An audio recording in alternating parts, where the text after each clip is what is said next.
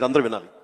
Growing stage లో మనం చాలా వల్నరబుల్ గా ఉంటాం, బిక్కుబిక్కుమంటూ ఉంటాం, రాణిస్తామా రాణించమా అనే సమయంలో.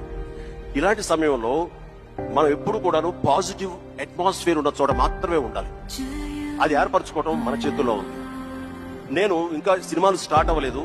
పాండీ బజార్, టీ నగర్, మెడ్రాస్, అక్కడ ఒక ఏరియా ఉంటుంది. అక్కడ చాలా మంది సరదాగా ఈవినింగ్ కబుర్లు చెప్పుకోవడానికి వస్తారు.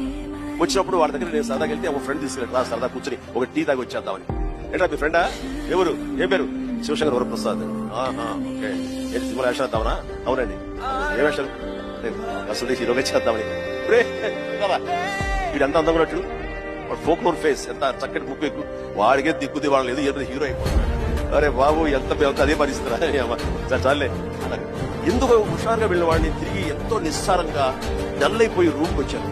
వచ్చిన వాడిని ఎందుకు వెళ్ళానా అక్కడికి? నేను ఏ వ్యక్తిగత వికాస పుస్తకాలు చదవలేదు, ఏ గురువులు లేరు, ఏ